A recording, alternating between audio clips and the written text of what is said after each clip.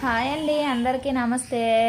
ఈ ఉడుతుంది చూసారా? ఈ ఉడత మన మొక్కల్ని ఎలాగైతే కొరికి తినేస్తుందో, మన తోటలో పూసిన పళ్ళని పువ్వుల్ని ఎలాగైతే కొరికి తినేస్తుందో, మా పక్క మేడ మీద ఉన్న చీరను చూడండి ఏ విధంగా కొరికేస్తుందో. ఆ చీర పైన ఉన్న పువ్వుల్ని నిజమైన పువ్వులేమో అనుకొని చూడండి ఎలా కొరికేస్తుందో.